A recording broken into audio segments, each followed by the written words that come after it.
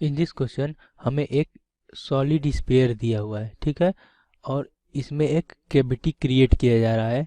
तो वो बोल रहा है कि the electric field inside the empty space is, मतलब ये कैविटी जो है इसके किसी पॉइंट, मान लो पी है यहाँ पे, ठीक है, यहाँ पे एक पॉइंट मैं पी ले लेता हूँ, इस पॉइंट पे इलेक्ट्रिक फील्ड क्या होगा, ठीक है। तो इसको हम इस तरह से समझ सकते हैं कि सपोज करते हैं कि ये हमारा सॉलिड स्फीयर है और इसका जो सेंटर है वो C1 है, ठीक है। C1 से ये जो पॉइंट P है, इस पे क्या करते हैं कि हम इलेक्ट्रिक फील्ड फाइंड आउट करते हैं जब कैविटी नहीं है तो, ठीक है। जब कैविटी नहीं है तो इलेक्ट्रिक फील्ड क्या होगा, सॉलिड स्फीयर है तो सॉलिड स्फीयर के इनसाइड में जो इलेक्ट्रिक फील्ड होता है वो, उसको मैं बोलता हूँ E1 है, ठीक है। इसको बोलता हूँ, इस पॉइंट को P मानता हूँ ना, तो ये E1 है और E1 का जो मैग्नीट्यूड होता है ये होता है रो बाई 3 एप्सिलॉन नॉट, और ये जो डिस्टेंस है इसको मैं R1 मानता हूँ, ठीक है। तो ये हो जाएगा R1 वेक्टर, ठीक है। जब ये सॉलिड स्फीयर है तो यहाँ पे इलेक्ट्रिक फील्ड क्या आ रहा है, E1 is equal to rho by 3 epsilon R1। इसको इक्वेशन फर्स्ट में मानता हूँ, ठीक है। अब क्या होता है कि हम इसको इसमें कैविटी बना देते हैं। तो जब कैविटी बनाते हैं तो इलेक्ट्रिक फील्ड जो होगा इस सेंटर से इलेक्ट्रिक फील्ड जो होगा वो क्या होगा, इस पॉइंट पे। ये भी तो एक सॉलिड स्फीयर जैसे बिहेव करेगा। और जब सॉलिड स्फीयर के अंदर कैविटी बनाते हैं तो क्या होगा, ये जो सॉलिड स्फीयर है इसमें से इतना इलेक्ट्रिक फील्ड माइनस कर देंगे, क्योंकि यहाँ पे तो इस कैविटी बनाया जा रहा है। तो देखो E2 क्या हो जाएगा, E2 जो होगा आफ्टर मेकिंग कैविटी, ये हो जाएगा रो बाई 3 एप्सिलॉन नॉट, और इसको मैं मानता हूँ R2, ठीक है। तो ये क्या आ जाएगा, R2 वेक्टर। तो इसको इक्वेशन 2 मान लीजिए। तो ये नेट इलेक्ट्रिक फील्ड क्या होगा, नेट इलेक्ट्रिक फील्ड जो होगा वो E1 vector minus E2 vector होगा। क्यों, क्योंकि E1 जो है पूरे सॉलिड स्फीयर का, पूरे सॉलिड स्फीयर को जब चूज कर रहे हैं, ये वाला केस ले रहे हैं, तब इलेक्ट्रिक फील्ड है। और जब इसमें कैविटी बना दिया जा रहा है तब इलेक्ट्रिक फील्ड जो ले रहे हैं कैविटी के अंदर वो ये लिया जा रहा है। तो नेट इलेक्ट्रिक फील्ड क्या होगा, E1 माइनस E2 होगा। तो E1 जो E वेक्टर होगा वो E1 होगा। तो E1 का magnitude rho by 3 epsilon naught R1 vector हो जाएगा, माइनस E2 का magnitude rho by 3 epsilon naught R2 vector हो जाएगा, ठीक है। तो अब देखिए यहाँ से हमको, अगर मान लो ये सेंटर है तो इसको मैं O मानता हूँ या C1 मानता हूँ, तो और इसको, इसके सेंटर को C2 मानता हूँ, तो ये हमको पता है, ये है R1 और ये है R2, और इसको मैं R मान लेता हूँ। तो वेक्टर लॉ ये कहता है कि देखो ये R हो गया, ये हो गया हमारा, ये हो गया R1, और ये वेक्टर है जो ये कैविटी का सेंटर है उसको मैं C2 माना हूँ, इसको C1 माना हूँ, तो ये वेक्टर है R2। तो अगर हम इसमें वेक्टर एडिशन लॉ लगाते हैं तो क्या हो जाएगा, R इज इक्वल टू, या इसको ऐड करते हैं तो ये हो जाएगा R plus R2 is equal to R1, ठीक है। तो R इज इक्वल टू क्या हो जाएगा, vector R is equal to हो जाएगा R1 vector minus R2 vector, ठीक है। तो यहाँ पे अगर हम रो बाई 3 एप्सिलॉन नॉट कॉमन लेते हैं तो क्या बचेगा, R1 vector minus R2 vector, okay. और R1 वेक्टर और R2 माइनस R2 वेक्टर की वैल्यू क्या है, R वेक्टर है। तो ये हो जाएगा E vector is equal to rho by 3 epsilon naught R vector हो जाएगा, ठीक है। तो ये R वेक्टर है, मतलब कि इस सेंटर से यहाँ इलेक्ट्रिक फील्ड निकालो या यहाँ निकालो या यहाँ निकालो, किसी भी पॉइंट पे इस कैविटी के अंदर निकालो, इलेक्ट्रिक फील्ड क्या आएगा, हमारा रो बाई 3 एप्सिलॉन नॉट ही आएगा R वेक्टर। तो इसका मतलब है कि ये इलेक्ट्रिक फील्ड नॉन जीरो है और यूनिफॉर्म है। मतलब यूनिफॉर्म का मतलब कि यहाँ भी यहाँ भी किसी भी पॉइंट पे कैविटी के अंदर जो फील्ड है, इलेक्ट्रिक फील्ड है, वो कांस्टेंट वैल्यू मतलब एक वैल्यू पर्टिकुलर वैल्यू दे रहा है, तो ये क्या हो जाएगा, ये यूनिफॉर्म है और नॉन जीरो है। ठीक है, तो हमारा करेक्ट ऑप्शन क्या होगा, बी होगा। इलेक्ट्रिक फील्ड जो होगा एम्प्टी स्पेस में नॉन जीरो और यूनिफॉर्म होगा। Okay. Hello everyone, let's start this question, and the question says that a long hollow conducting cylinder is kept coaxially inside another long hollow conducting cylinder of larger radius. Both the cylinders are initially electrically neutral. So if we observe both these cylinders, let us suppose these are the two cylinders. Here definitely the one which is present here, let us say this is cylinder 2 and this is cylinder 1. So cylinder 2 has definitely larger radius as compared to cylinder 1. So point number A says a potential difference appears between the two cylinders when a charge density is given to the inner cylinder.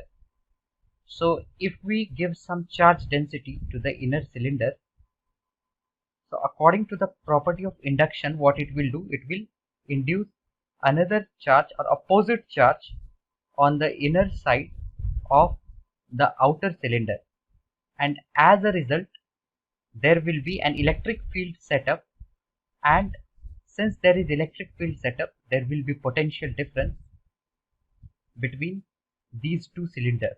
So A option will be correct.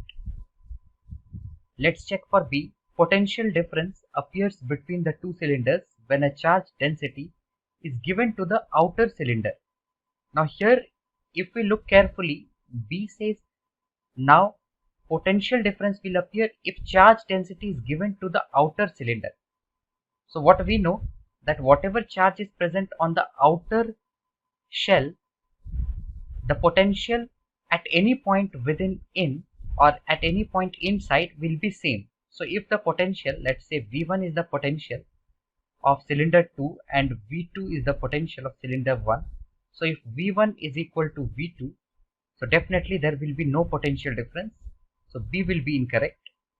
C says no potential difference appears between the two cylinders when a uniform line charge is kept along the axis of cylinder. So this is definitely wrong, because if we keep a uniformly line charge on the axis of cylinder, so definitely it is going to have some potential on this cylinder 1, and it will have some potential on cylinder 2 because the electric field will vary.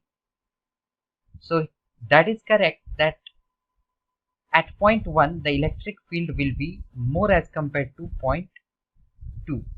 So in this case there will be potential difference, and hence option C is incorrect. D says no potential difference appears between the two cylinders when same charge density is given to both the cylinders. Now this is definitely incorrect, because if same charge density is given, let us say plus sigma, and this also is given plus sigma, now potential at the inner cylinder will be V1, let's say, and potential at the outer cylinder will be V2. Now we will check whether V1 and V2 are same or not. So V1 is already includes V2 potential as well. That means V1 will have some potential of its own, let us say V, because it is also given some charge density, and V2. Now V2 has potential V2. So if we find the change in potential, that's the potential difference, it is equal to V. That's definitely not equal to 0. So there will be potential difference. So option A is the correct one. Okay. Thank you. Hello everyone. So we are given with the question which says there are two equal point charges fixed at x equals to minus a and x equals to plus a on the x-axis. Another point charge capital Q is placed at the origin.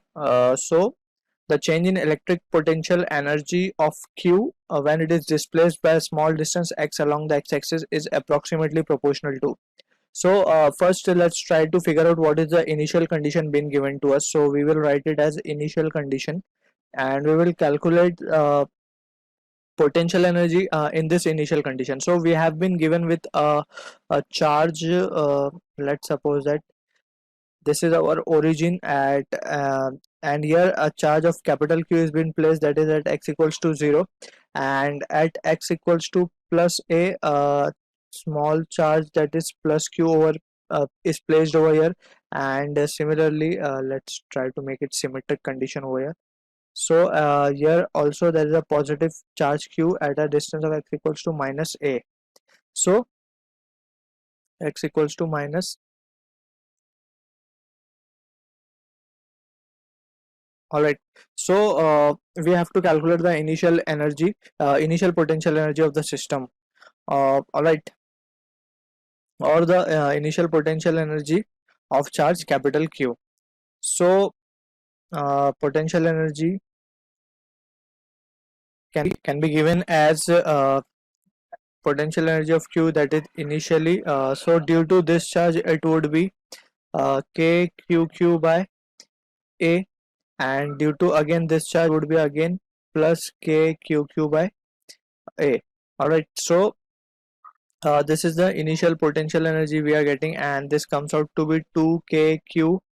uh, so this comes out to be kq by a. All right. So this is the initial condition. Now in the second condition, it say that uh, the charge capital Q is been displaced. So we can displace it either left or towards right. So let's suppose that we are displacing it towards the means the right position. All right. So the distance between these two charges will alter, and distance between these two charges will also get altered. All right. Let's suppose that we are shifting it at a distance of x. In the question it's been given, so it becomes x distance it's been displaced. So now final condition. So final condition, that is potential energy of Q, can be written as KQQ by due to rightward, it can be written as the distance between these two can be now given as a minus x. That is, now the charge is been over this position. Let's write it at this position. The charge has shifted. So that this distance will be a minus of x. So it comes out to be a minus of x plus, and due to this charge, it would be k q upon this distance, that is a plus x. So it becomes a plus x. All right. So this is the final potential energy at Q. So now this can be resolved as we can take out K, Q, Q as common out. So we are left with 1 upon A minus X upon 1 plus A plus X. Alright, so from here we can write, here we can cross multiply it and get the result. So it comes out to be A plus X get cancelled out. So 2A upon, so it comes out to be K, Q, Q. 2a upon a plus x, a square minus of x square. Alright, so this is the expression we are of final potential energy we are getting, and we are interested in finding the change in potential energy. So change in potential energy can be given as this was our initial, and this was our final. So change in potential energy can be written as final minus of initial. Alright, so this comes out to be we can write it as 2kq qa upon a square minus x square and minus of 2kqq divided by a. Alright, so from here we can have a value as this. We can cross multiply it, and again we will get it as 2kqq a square minus of 2kq q. First it comes out to be a square and plus of 2k q x square. Alright, the whole thing divided by a square minus x square into a. Alright, so from here we can see that this term and this term will get cancelled out, and we are left with 2k q into x square upon a square minus x square into a. All right. So here we can clearly see that the value of x, since we can write, since the value of x is very much less than a, so this value will be we can neglect this value. So therefore change in potential energy can be written as 2k qq x square upon a cube. So from here we can see, since all the quantities given here is constant except the value of x, so we can say change in potential energy will be directly proportional to x square. So the correct option matching with the is option B with the right answer. Alright, so I hope you have understood the concept, and thank you for watching.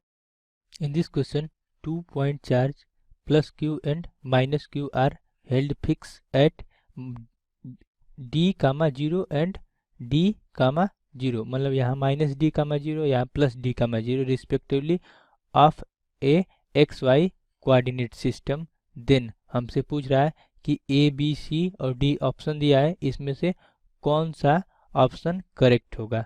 Okay, तो हम इसको देखते हैं। कुछ इस तरीके का system हमें दे रखा है, ठीक है।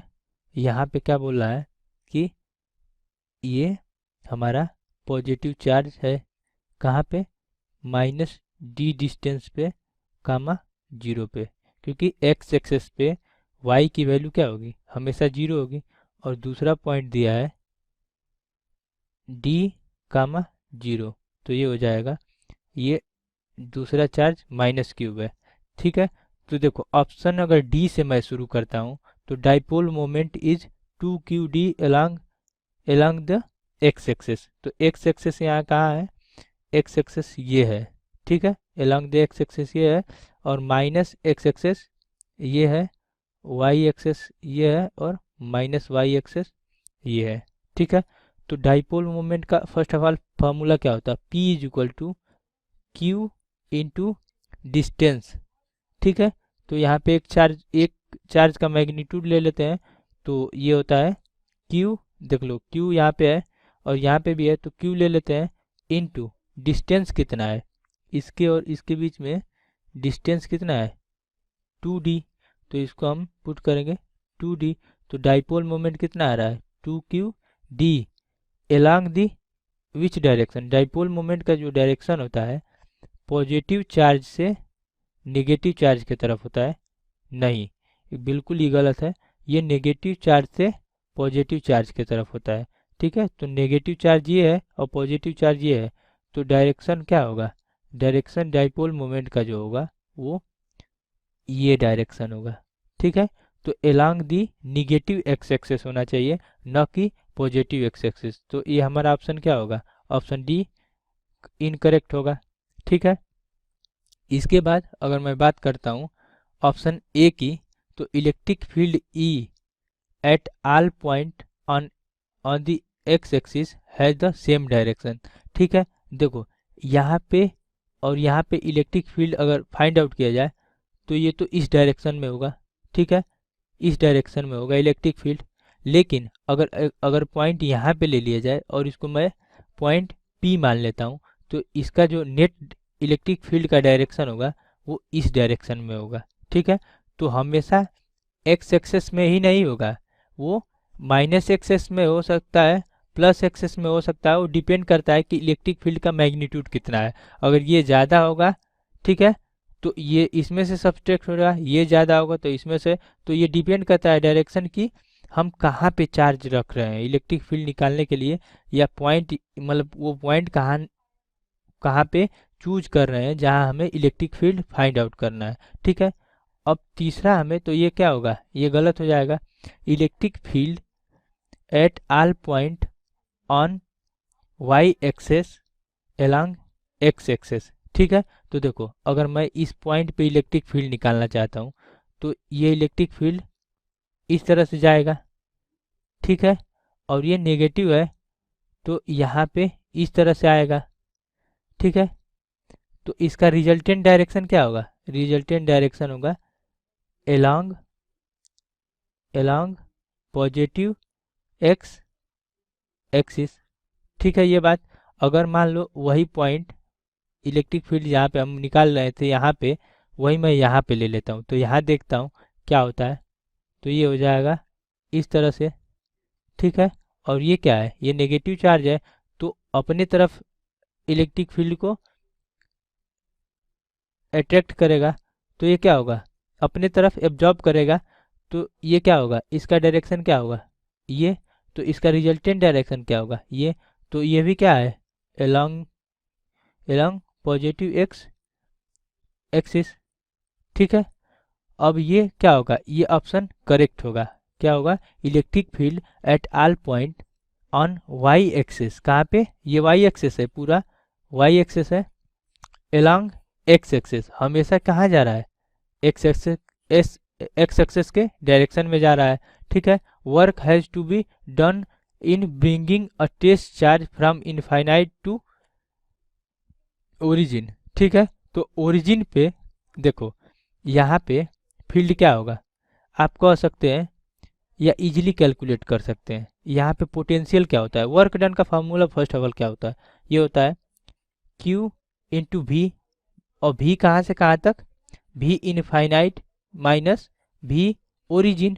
ओरिजिन पे फील्ड क्या होगा, अगर मान लो मैं इसको डी, ये तो डी डिस्टेंस है, ये डी डिस्टेंस है, तो ये स्केलर क्वांटिटी है वी, तो ये हो जाएगा 1/4 पाई एप्साइलन।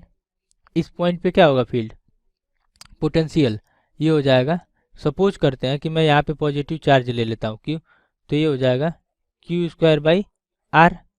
ठीक है, और इस, ये क्या हो जाएगा, ये पॉजिटिव चार्ज की वजह से पॉजिटिव आ रहा है, और ये निगेटिव चार्ज है, तो यहाँ क्या आएगा, यहाँ आ जाएगा, ये आ जाएगा, ये V1 है, और V2 क्या आ जाएगा, V2 due to negative charge ये आ जाएगा -Q²/4 पाई एप्साइलन R। और R की वैल्यू क्या है, दोनों में D है, तो देखो V क्या हो जाएगा, V हो जाएगा V1 प्लस V2, और यहाँ पे क्या हो जाएगा, V is equal to 1/4 pi epsilon Q², यहाँ पे D हो जाएगा R की जगह पे, क्योंकि मैं R को एज ए फार्मूला में R को R माना हूँ, लेकिन यहाँ पे क्या है, D है, क्योंकि चार्ज यहाँ पे ओरिजिन से D डिस्टेंस के दूरी पे है, minus Q²/4 pi epsilon D।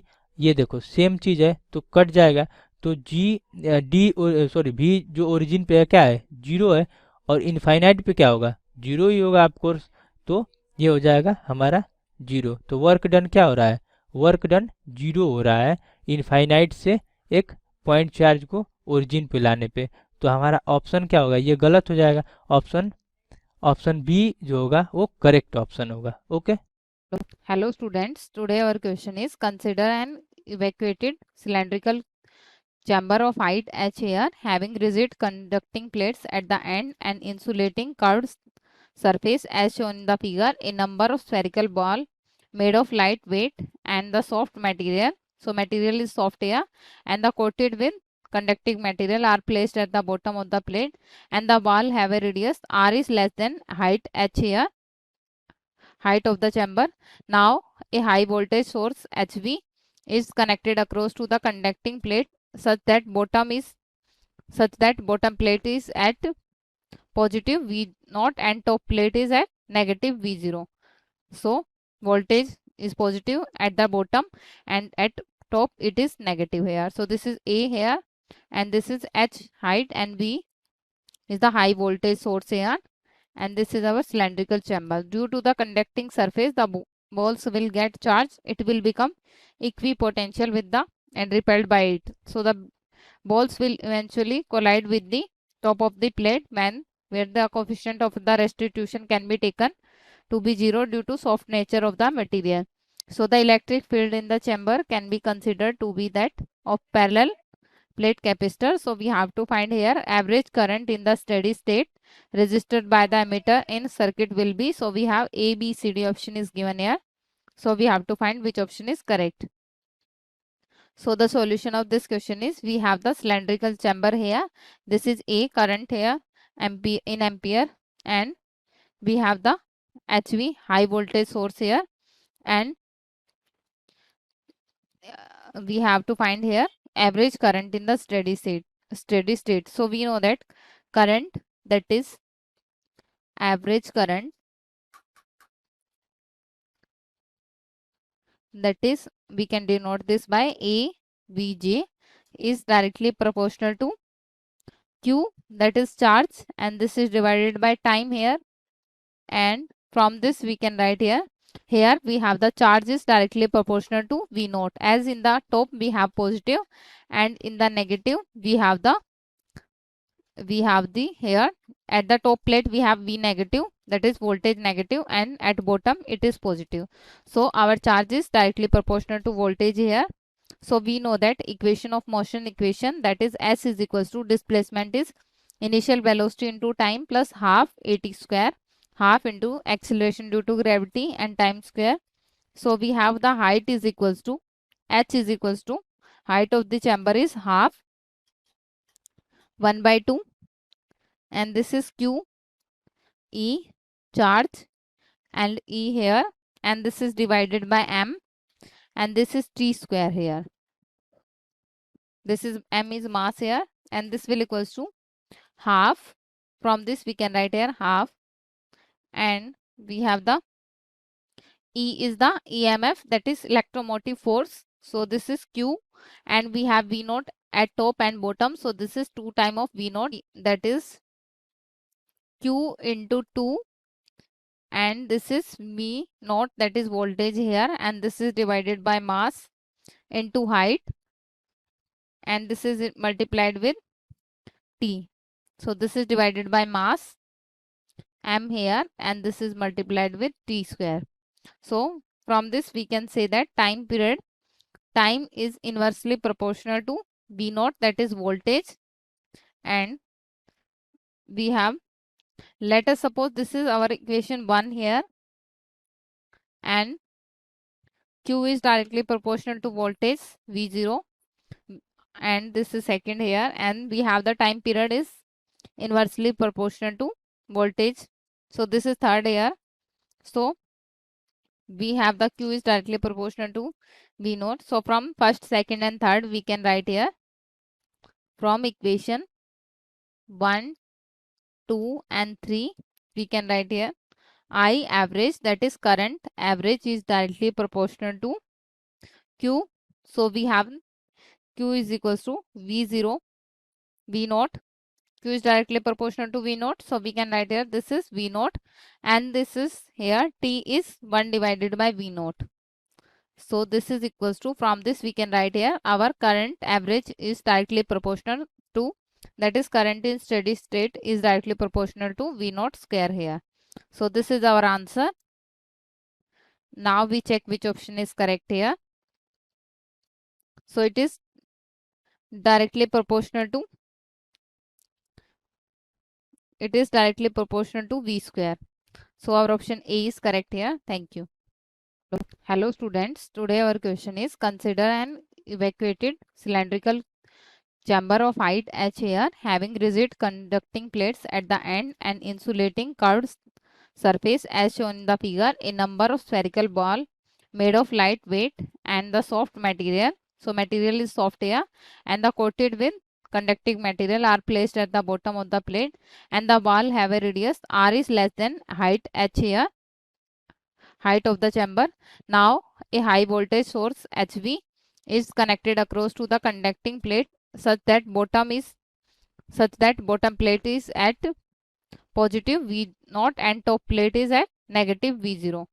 So voltage is positive at the bottom and at top it is negative here. So this is A here, and this is H height, and V is the high voltage source here, and this is our cylindrical chamber. Due to the conducting surface, the balls will get charged. It will become equipotential with the and repelled by it. So the balls will eventually collide with the top of the plate where the coefficient of the restitution can be taken to be 0 due to soft nature of the material. So the electric field in the chamber can be considered to be that of parallel plate capacitor. So we have to find here average current in the steady state resisted by the emitter in circuit will be. So we have A, B, C, D option is given here. So we have to find which option is correct. So the solution of this question is, we have the cylindrical chamber here. This is A, current here in ampere, and we have the HV, high voltage source here, and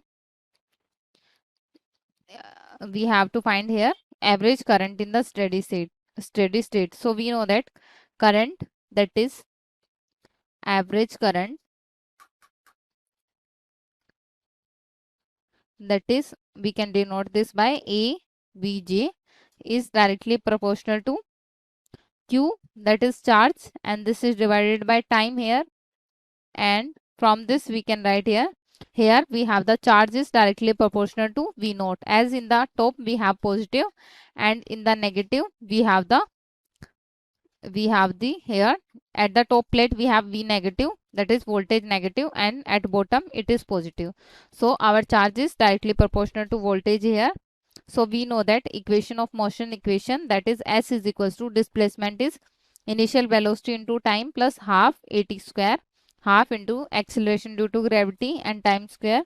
So we have the height is equals to H is equals to height of the chamber is half 1 by 2, and this is Q, E charge, and E here, and this is divided by M, and this is T square here.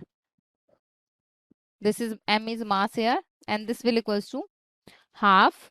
From this we can write here half, and we have the E is the EMF, that is electromotive force. So this is Q, and we have V naught at top and bottom. So this is 2 times of V naught, that is Q into 2, and this is V naught, that is voltage here, and this is divided by mass into height, and this is multiplied with T.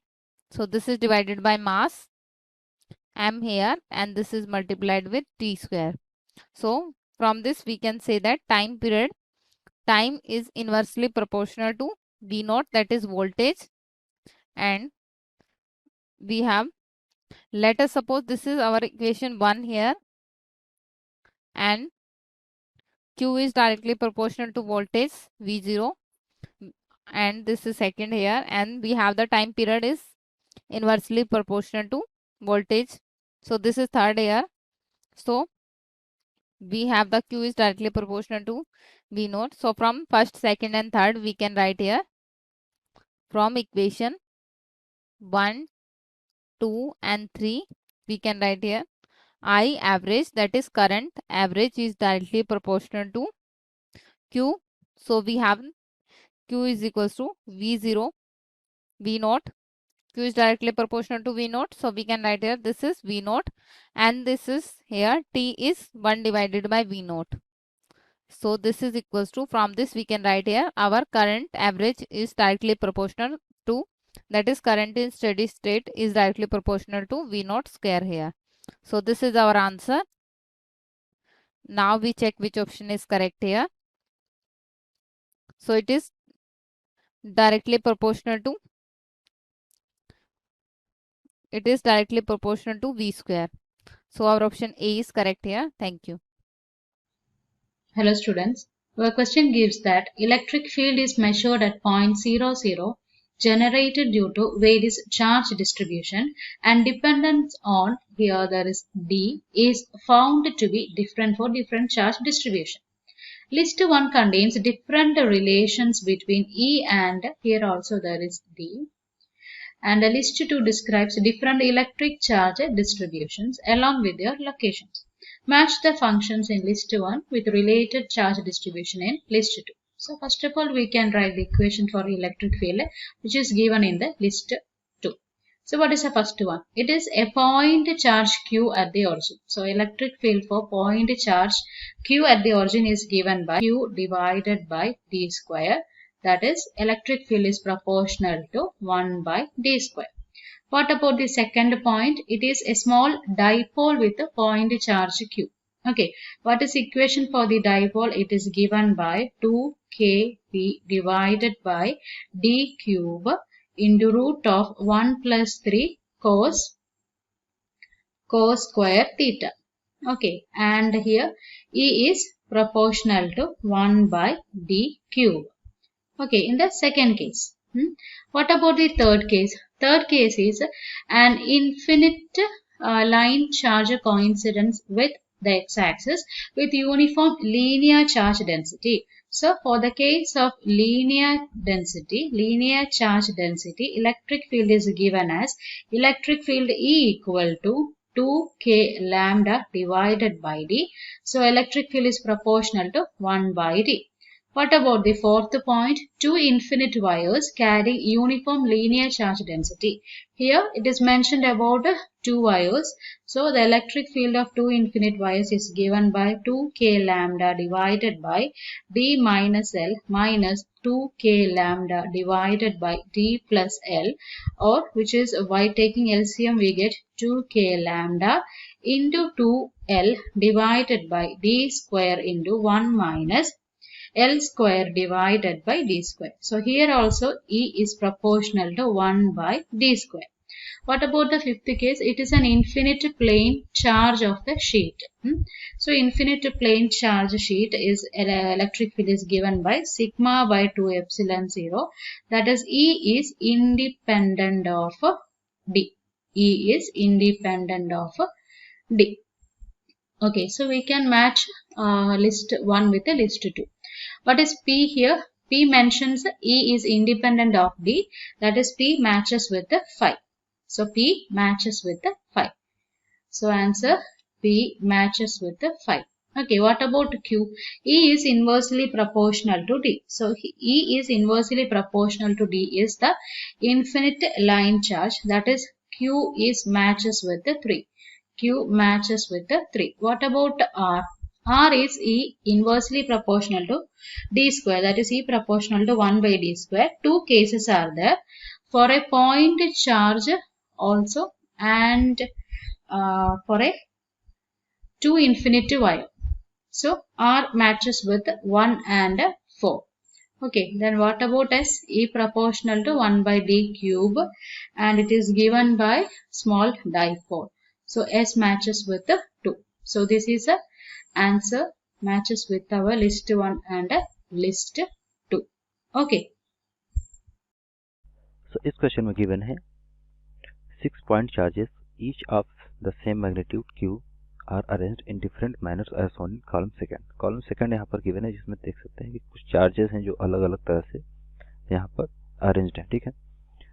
In each case a point M and a line PQ passing through M as shown. यहाँ पर देख सकते हैं M जो है centre point है और PQ एक एक्सिस है जो पास हो रही है. सब में हर जगह देखें, सभी फिगर में ये PQ लाइन के अबाउट हमें देखना है और PQ लाइन जो पास हो रही है इस चार्जेस के देखिए चार्जेस के अबाउट, तो यहाँ पर क्या हो रही है परपेंडिकुलर होती है और M पॉइंट से पास हो रही है, ठीक है. इस सभी में इस तरह हो रहा है.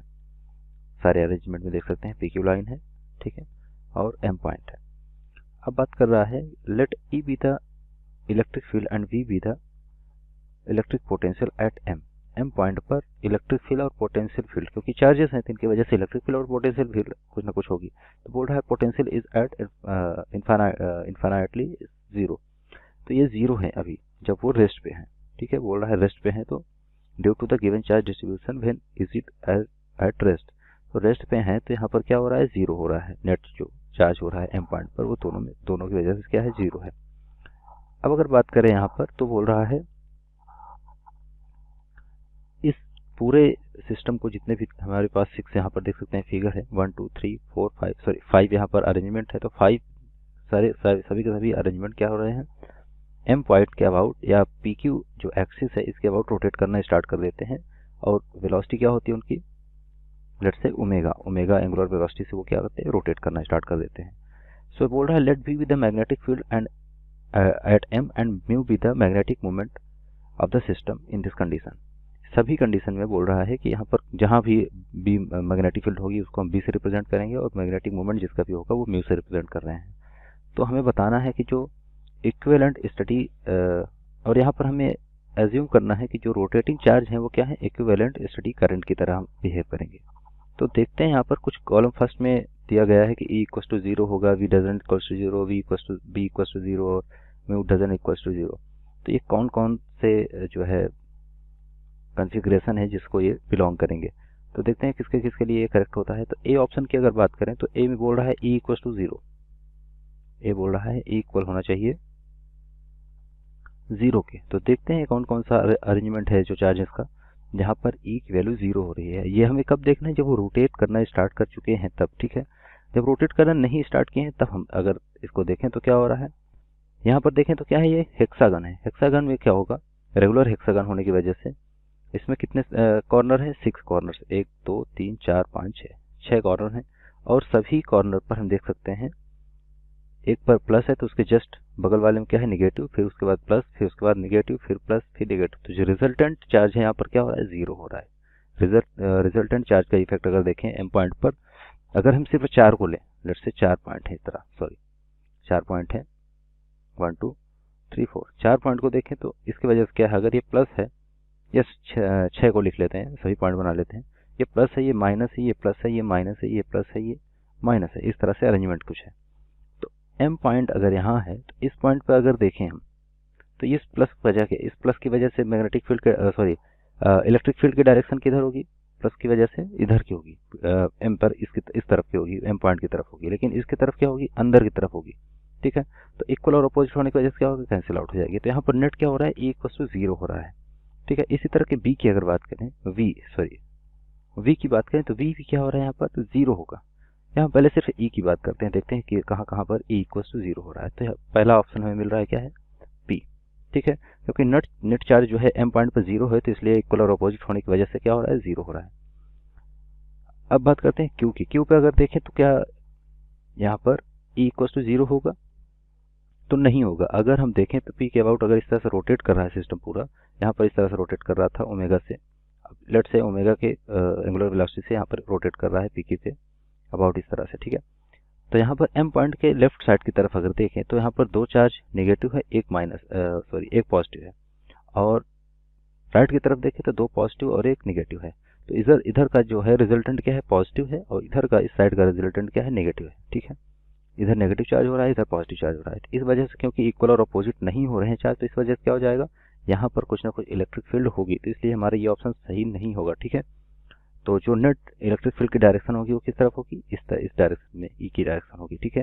नेगेटिव चार्ज की प्लस से माइनस की तरफ होगी, क्योंकि यहाँ पर मैग्नीट्यूड 2 है और यहाँ पर मैग्नीट्यूड 2 माइनस का है, तो रिजल्टेंट जुड़ के इधर आ जाएगा, ठीक है। तो यहाँ पर नहीं होगा, तो क्यू ऑप्शन इसका सही आंसर नहीं होगा, ठीक है। अब बात करते हैं आर की। आर में अगर देखें तो इलेक्ट्रिक फील्ड की पूछा गया है कि इलेक्ट्रिक फील्ड होगा या नहीं होगा।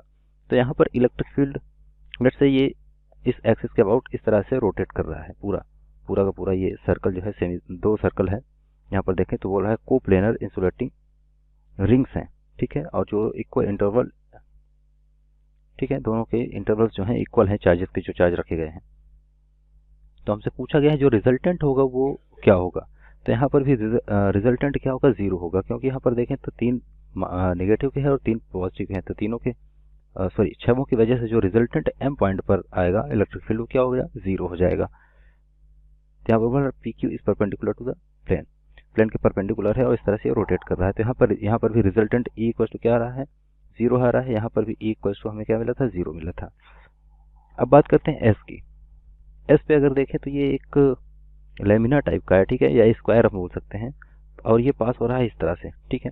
अब ये रोटेट करना स्टार्ट कर देता है, लेट्स से इस डायरेक्शन में रोटेट करता है ओमेगा से, ओमेगा एंगुलर वेलोसिटी से। तो जब रोटेट करेगा तो इधर क्या है, माइनस है, इधर माइनस है, ये प्लस है, ये माइनस है, ये माइनस है। तो दोनों इक्वल और अपोजिट दोनों साइड अगर देखें तो इधर भी इधर माइनस, इधर माइनस, इधर प्लस, तो इधर माइनस, इधर माइनस, तो सभी क्या हो गए, एक दूसरे की तरफ हो जाएंगे। तो यहाँ पर अगर देखें तो इस तरह से डायरेक्शन हो जाएंगे कुछ, जो रिजल्टेंट एम पॉइंट पे होगा वो क्या हो जाएगा, 0 हो जाएगा, ठीक है, इक्वल और अपोजिट होने की वजह से। तो ई इक्वल टू कितना आ गया, यहाँ पर 0 आ गया। लास्ट में देखते हैं टी पॉइंट पे। टी में यहाँ पर हम देख सकते हैं क्लियर है, जैसा कि यहाँ पर देख सकते थे एक तरफ प्लस हो गया था, एक तरफ माइनस हो गया था। तो सेम यहाँ पर एक तरफ पूरा प्लस चार्ज अरेंज है और एक तरफ निगेटिव है। तो इस वजह से यहाँ पर इलेक्ट्रिक फील्ड 0 नहीं होगी। इलेक्ट्रिक फील्ड की डायरेक्शन किधर होगी, इस तरफ होगी, ई इक्वल टू, ठीक है, पॉजिटिव से निगेटिव की तरफ। तो यहाँ पर ई इक्वल टू 0 नहीं होगा, और इसी तरह से ऑप्शन यहाँ पर भी ई इक्वल टू 0 नहीं था। तो कहाँ कहाँ 0 है, पी में, आर पे और एस पे। तो ए जो होगा, ए का मैच किसके किसके साथ हो रहा है, यहाँ पर अगर लिखना चाहें इसको हम तो इस तरह लिख सकते हैं कि जो ए है ये मैच कर रहा है पी, आर और एस के साथ, ठीक है। पी आर एंड एस के साथ मैच कर रहा है। अब हम बात करेंगे बी का, ठीक है। बी में क्या दे रहा है, v डजंट इक्वल्स टू 0, तो इसको इरेज कर लेते हैं ताकि फिगर क्लियर हो, ठीक है। इसको इरेज कर लेते हैं इस तरह।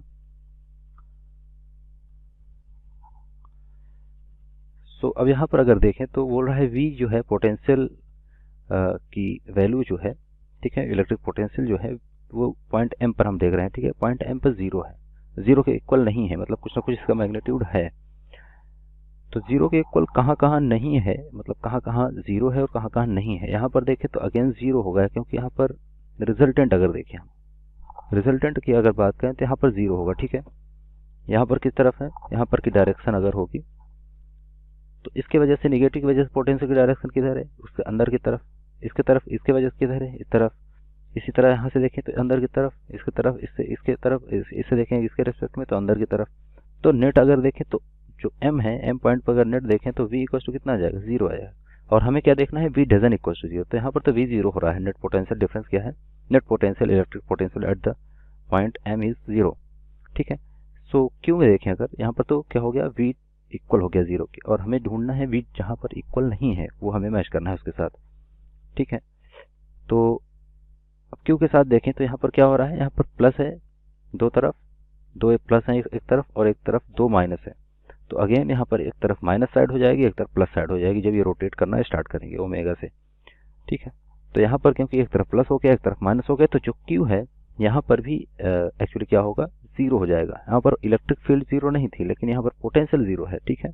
जरूरी नहीं है, ये ध्यान रखना कि कभी भी ये जरूरी नहीं है कि अगर पोटेंशियल 0 है वहाँ पर किसी पर तो वहाँ पर इलेक्ट्रिक फील्ड जो है, सॉरी पोटेंशियल जो है, इलेक्ट्रिक फील्ड अगर 0 है तो पोटेंशियल भी 0 होगा, ये जरूरी नहीं है, ठीक है।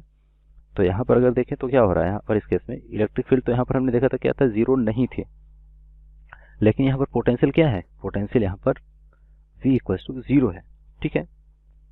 तो यहाँ पर v इक्वल टू हमें 0 मिल रहा है। r की बात करें तो r में यहाँ पर देखें तो पास में क्या है, निगेटिव है, क्योंकि v इक्वल टू हम जानते हैं क्या होता है, KQ डिवाइड बाई होता है r के, ठीक है। तो अगर इस एक्सिस के रेस्पेक्ट में देखें तो क्योंकि दो सेमी सर्कल है यहाँ पर, तो फर्स्ट सर्कल की रेडियस का है कम है, तो क्योंकि इन्वर्सली प्रोपोर्शनल होता है जो पोटेंशियल होता है डिस्टेंस के इन्वर्सली प्रोपोर्शनल होता है। तो जिसकी रेडियस कम है वहाँ पर पोटेंशियल जो है ज़्यादा होगी रेस्पेक्ट टू ये बड़े वाले सर्कल के, ठीक है। तो छोटे वाले सर्कल की जो पोटेंशियल होगी इसकी वजह से ज़्यादा होगी सेंटर पर, तो नेगेटिव पोटेंशियल यहाँ पर है m पॉइंट पर अगर देखें तो नेगेटिव चार्ज की वजह से पोटेंशियल यहाँ पर जो होगी वो क्या होगी, नेगेटिव पोटेंशियल होगी। इस वजह से यहाँ पर v डजंट इक्वल्स टू 0 होगा, ठीक है। तो हमें मिल गया कि जो b है वो किसके साथ मैच कर रहा है, r के साथ एक तो मैच कर रहा है, दूसरा देखते हैं किसके साथ मैच कर रहा है। s में अगर देखें तो s में क्या है, s में तो एक तरफ नेगेटिव नेगेटिव है, एक तरफ पॉजिटिव पॉजिटिव, और बीच में सेंटर में क्या है, यहाँ पर प्लस प्लस है। तो इसके वजह से यहाँ पर देखें तो क्योंकि यहाँ पर इक्वल और अपोजिट था इस केस में, ठीक है, माइनस प्लस अल्टरनेट ऑर्डर में थे, यहाँ पर ऐसा नहीं है। यहाँ पर देखें तो माइनस के बाद यहाँ माइनस है, माइनस के बाद यहाँ पर प्लस आना चाहिए। अगर यहाँ पर इस पॉइंट पर अगर बात करें, यहाँ पर अगर प्लस हो जाता और यहाँ पर प्लस हो जाता तब ये 0 हो जाता, लेकिन ऐसा नहीं है यहाँ पर, ठीक है, ऐसा नहीं है। इस वजह से यहाँ पर v जो है 0 नहीं होगा, ठीक है। तो नेट पोटेंशियल यहाँ की 0 नहीं होगी। और यहाँ पर अगर देखें तो डिस्टेंस काफ़ी यहाँ पर एक फ़र्क पड़ रहा है। अगर देखें तो प्लस जो है वो काफ़ी, प्लस वाली साइड जो है वो काफ़ी नज़दीक है एक्सिस से, जबकि ये कॉर्नर जो है, जो जहाँ पर नेगेटिव चार्ज रखे हैं वो सारे कॉर्नर पे हैं, और वो कॉर्नर जो है उनकी डिस्टेंस जो है ज़्यादा है कंपेयर टू इस प्लस चार्ज के, ठीक है। तो इस वजह से जो नेट पोटेंशियल होगा, इलेक्ट्रिक पोटेंशियल, वो क्या होगा, डजंट इक्वल्स टू 0। अब अगर यहाँ पर देखें लास्ट में टी ऑप्शन जो है, टी में बोल रहा है PQ में देख सकते हैं दो सर्कल है यहाँ पर, ठीक है। तो दो सर्कल है तो इसकी वजह से नेट जो नेट चार्ज है यहाँ पर, इसके वजह से जो पोटेंशियल होगा वो इस तरफ होगा, और इसके वजह से जो पोटेंशियल होगा इस तरफ। तो PQ लाइन पे अगर देखें तो दोनों की वजह से इक्वल और अपोजिट होने की वजह से नेट पोटेंशियल क्या हो जाएगा, 0 हो जाएगा। तो यहाँ पर क्या है, v इक्वल्स टू 0। तो जो मैच हो रहा है किसके साथ देख सकते हैं, जो मैचिंग हो रही है b जो है मैच कर रहा है r के साथ और s के साथ, ठीक है। तो ये हो गई b की मैचिंग। अब ही हमारे पास 2 पॉइंट बचे हैं, और तो इसके लिए फिर अगेन इसको हम इरेज कर लेते हैं, ठीक है। सो यहाँ से अब हम बात करेंगे b के बारे में, ठीक है। जहाँ पर बोल रहा है b जो है इक्वल है 0 के, कहाँ पर बी जीरो हो सकती है ये हम देखते हैं। तो जो बी जीरो की अगर बात करें तो मैग्नेटिक फील्ड जीरो है, बी मतलब मैग्नेटिक फील्ड जीरो कहाँ होगी, क्योंकि यहाँ पर नेट चार्ज जीरो है, ठीक है। अगर ये देखें, अगर ये रोटेट करेंगे तो ये पॉइंट एक सर्कल में रोटेट करेंगे, जब रोटेट करेंगे तो एक सर्कुलर पाथ रोटेट में जो है फॉलो करेंगे, और इस तरह से इसका अगर देखें तो जो रिजल्टेंट मैग्नेटिक फील्ड आएगी इनकी वजह से, क्योंकि इक्वल नंबर ऑफ चार्ज है, इक्वल नंबर ऑफ जो है प्लस चार्ज है, equal number of minus charge है, और डिस्टेंस दोनों की सभी प्लस चार्ज की सभी माइनस चार्ज की अगर देखें तो अल्टरनेट ऑर्डर पे रखे गए हैं, प्लस के बाद माइनस, माइनस के बाद प्लस, प्लस के बाद माइनस। इस वजह से जो यहाँ पर बी होगा, बी मतलब मैग्नेटिक फील्ड होगा एम पॉइंट पे, वो क्या होगा, बी इक्वल टू जीरो आएगा यहाँ पर, ठीक है। तो फर्स्ट ऑप्शन हमें मिल गया, बी इक्वल टू जीरो कहाँ हो रहा है, बी में, तो सी मैच कर रहा है बी के साथ। नेक्स्ट में देखते हैं, नेक्स्ट फिगर में क्या है, क्यू में अगर देखें तो क्यू में क्या हो रहा है, बी इक्वल टू जीरो है या नहीं। यहाँ पर थोड़ा सा इसको, इस फिगर को थोड़ा सा हम यहाँ पर इस तरह बनाना चाहेंगे। लेट्स सी ये रॉड है जो कि हम देख सकते हैं यहाँ पर चार्जेस रखे गए हैं, ये हो गया पॉइंट कुछ, ये पॉइंट्स है जो इस तरह से जहाँ पर चार्जेस रखे गए हैं, ठीक है। ये है माइनस, ये प्लस है, ये माइनस है, ये प्लस है, ये माइनस है, ये प्लस है। एक्सिस हमारी यहाँ से पास हो रही है, ठीक है, ऐसा ही फिगर में बना है। तो अब इसको अगर रोटेट करना हम स्टार्ट कर दें, रोटेट करना स्टार्ट कर दें तो क्या होगा, ओमेगा से अगर ये रोटेट करेगा तो इसमें होगा क्या, जब ये पूरी की पूरी रॉड जो है रोटेशन करना स्टार्ट करेगी तो ये जो क्यू है, जो माइनस वाला अगर देखें तो इसका पाथ क्या होगा, इस तरह से स्टार्ट होगा, और इस सर्कुलर पाथ में जो है सर्कुलर पाथ में ये रोटेट करना स्टार्ट कर देंगे, ठीक है। तो इनका जो पाथ है यहाँ पर अगर देखें तो क्या होगा, सर्कुलर होगा, कुछ इस तरह से ये पाथ ये फॉलो करेंगे, ठीक है। मतलब इसको इस तरह नहीं समझ में आ रहा तो इसको एक जो है लेट से रोटेट करने के बाद रॉड कहीं इस डायरेक्शन में पहुंच चुकी है, तो यहाँ पर ये वाला चार्ज कहाँ आया, ये चार्ज यहाँ से यहाँ आ चुका है, ये चार्ज यहाँ से यहाँ आ जाएगा, ये चार्ज यहाँ पर है, ये चार्ज यहाँ से यहाँ तक मूव हो चुका है, ये यहाँ से यहाँ तक मूव किया, और ये यहाँ से यहाँ, इसी तरह ये मूव करके जब इधर आएंगे इस डायरेक्शन में तो ये यहाँ से यहाँ पहुँच जाएगा, ये यहाँ से यहाँ, ऐसे, और अगेन इधर भी इस तरह से मूव कर रहे हैं, तो चार्जेस ऐसे मूव करते रहेंगे, तो ये एक सर्कल बना रहे हैं, ठीक है, प्लेन में मूव कर रहे हैं तो एक सर्कल में रोटेट कर रहे हैं। तो इस वजह से क्या हो रहा है, जो नेट जो मैग्नेटिक फील्ड होगा सेंटर पे, इसकी वजह से जो इफेक्टिव हम बोल सकते हैं मैग्नेटिक फील्ड होगा, वो क्या हो जाएगा, जीरो हो जाएगा। तो बी इक्वल टू जीरो हमें मिल रहा है पॉइंट क्यू में, ठीक है। तो सी जो है क्यू के साथ ही मैच कर रहा है। अब बात करते हैं आर की। आर में देख सकते हैं दो सर्कल हैं, और जो अंदर वाला सर्कल है उस पर 3 नेगेटिव चार्ज हैं, और बाहर वाले सर्कल पे 3 जो है पॉजिटिव चार्ज हैं, और इक्वल डिस्टेंस पे ये जो है अरेंज्ड है। अगर हम ये मान लें कि दोनों सर्कल एक ही एंगुलर वेलोसिटी से जो है रोटेट कर रहे हैं about the P Q, M point से जो पास हो रही है एक्सिस, तो इसमें क्या होगा, नेगेटिव चार्ज की वजह से, क्योंकि अगेन यहाँ पर हम देखें तो क्या होता है, बी इक्वल टू होता है mu naught divide by 2r के। अगर यहाँ पर देखें तो यहाँ पर अगर देखें तो जो r है वो b जो है इन्वर्सली प्रोपोर्शनल है r के। तो अगेन क्योंकि नेगेटिव पास में है तो इसलिए यहाँ पर नेगेटिव मैग्नेटिक फील्ड होगी, मैग्नेटिक फील्ड की डायरेक्शन जो है इनटू द प्लेन, नीचे की तरफ होगी, ठीक है, अगर ये इस डायरेक्शन में रोटेट कर रहे हैं तो यहाँ पर b जो है डजन इक्वल टू जीरो है, ठीक है। तो जो b जीरो नहीं है तो इसलिए ये ऑप्शन हमारा करेक्ट नहीं होगा, हमें चूज क्या करना है जहाँ पर b इक्वल टू जीरो है।